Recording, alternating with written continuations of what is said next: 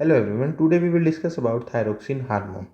ये जो टॉपिक होने वाला है ये थ्योरेटिकल एग्जाम्स है उनके लिए इम्पोर्टेंट है।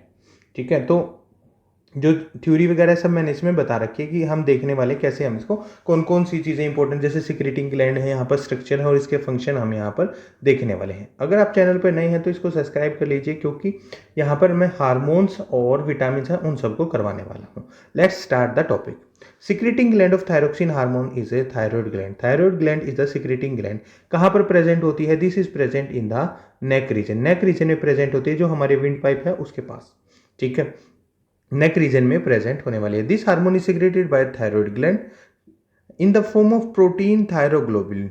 ये प्रोटीन की फॉर्म में रिलीज किया जाता है and that is a thyroglobulin हमारा प्रोटीन है, जो हाइड्रोलिसिस होने पर क्या देता है? थायरोक्सिन हार्मोन देता है हमारा। मतलब डायरेक्ट थायरोक्सिन रिलीज नहीं होता है, जो थायराइड ग्लैंड है वो क्या रिलीज करती है? थायरोग्लोबुलिन रिलीज करती है। And the thyroxine hormone is a tetraiodothyronine. ठीक है ना, ये कंपाउंड जो है हमारा दैट इज ए टेट्राएडोथायरोनिन होता है। तो जो नेक के पास हमारी ग्लैंड है वो रिलीज करेगी थायरोग्लोबुलिन, और वो हाइड्रोलिसिस के बाद हमारा थायरोक्सिन हार्मोन होता है जी। तो बात करेंगे इसकी सिक्रेटिंग ग्लैंड के बाद। इंपॉर्टेंट क्या होगा, देखो इसमें क्या पूछा जाएगा? सिक्रेटिंग ग्लैंड आपसे पूछी जाएगी, स्ट्रक्चर क्या होती है, सिक्रेटिंग ग्लैंड आपसे पूछेंगे, स्ट्रक्चर आपसे पूछने वाले हैं, और स्ट्रक्चर के बाद इसके फंक्शंस पूछेंगे। फंक्शंस जब आप फंक्शंस के साथ इसकी क्या भी पूछा जा सकता है? डेफिशिएंसी डिजीज क्या हो सकते हैं? अगर हमारी बॉडी के अंदर ये रिलीज नहीं हो तो उसके डेफिशिएंसी डिजीज क्या होते हैं? ये किसी भी हार्मोन की या आप बात करेंगे या प्रोटीन की बात करेंगे तो ये चारों चीज़ों आपको इंपॉर्टेंट होने वाली है। तो एक भी चीज़ आप स्किप नहीं करेंगे, डायरेक्ट क्वेश्चन यहाँ से पेपर में आपको देखने को मिलने वाला है। सो द स्ट्रक्चर की अगर हम बात करें तो molecular formula structure is C15H11O4N I4। I4 होंगे क्योंकि हमने पहले ही बताया कि ये क्या है? टेट्राएडो प्रोडक्ट होता है।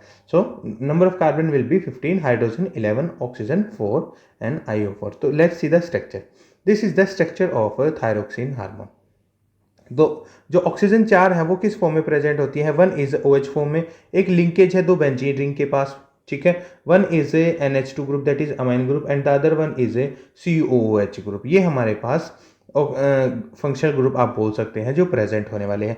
अब देखते हैं नंबर ऑफ कार्बन और नंबर ऑफ हाइड्रोजन में बहुत ज़्यादा डिफरेंस नहीं है, नियरली कंपेरेबल है। इस वजह से आप क्या ऑक्सीजन आयोडीन है वो हमारे ऑर्थो पोजीशन पर आप देख रहे हैं लगे हुए विद रिस्पेक्ट टू OH। ठीक है ना, यहाँ पर OH के विद रिस्पेक्ट कैसे हैं?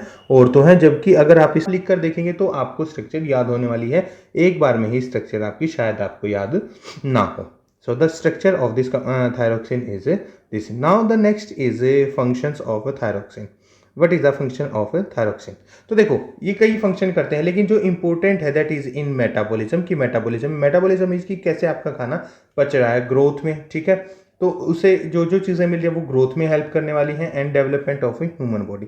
तो एक तरीके से आप एसेंशियल बोल सकते हैं कि जरूरी है हमारे लिए, क्योंकि ग्रोथ, डेवलपमेंट में और मेटाबॉलिज्म तीनों में हमारा ये यूज हो रहा है। Next is it help in metabolism of carbohydrates, lipid and protein. तो जो हम एक्स्ट्रा चीज़ें ले रहे हैं खाने से, जो हमें मिल रही हैं, कार्बोहाइड्रेट्स है, लिपिड्स है, प्रोटीन्स है, उनके मेटाबॉलिज्म में भी हेल्प करेगा।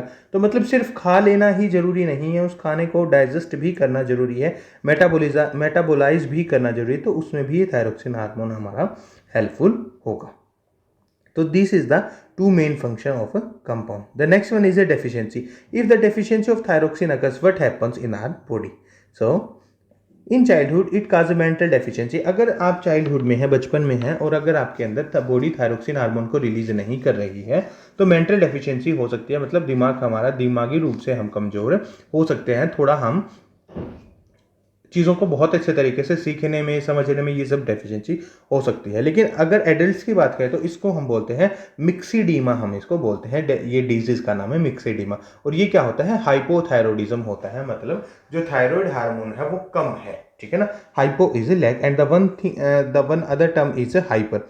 हाइपर का मतलब एक्सेसिव रिलीज होता है, जो एक्स्ट्रा रिलीज होता है, जबकि हाइपो का मतलब क्या होगा? कम रिलीज होना होता है।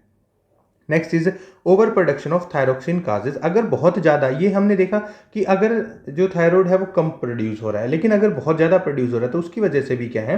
देखो अति हर चीज़ की नुकसानदायक है बॉडी में। अगर ज़्यादा होगा तो it will cause a rapid heart beat, आपकी हार्ट बीट बढ़ जाएगी एंड नर्वस फंक्शनिंग में भी ये क्या करने वाला है?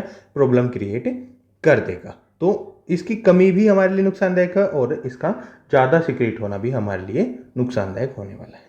तो इसके अंदर यही हमने चारों चीज़ें देखी हैं। आपको वीडियो कैसी लगी कमेंट में ज़रूर बताइएगा और नेक्स्ट आप किस हार्मोन पर चाहते हैं वो भी आप ज़रूर बताइएगा। Thank you everyone.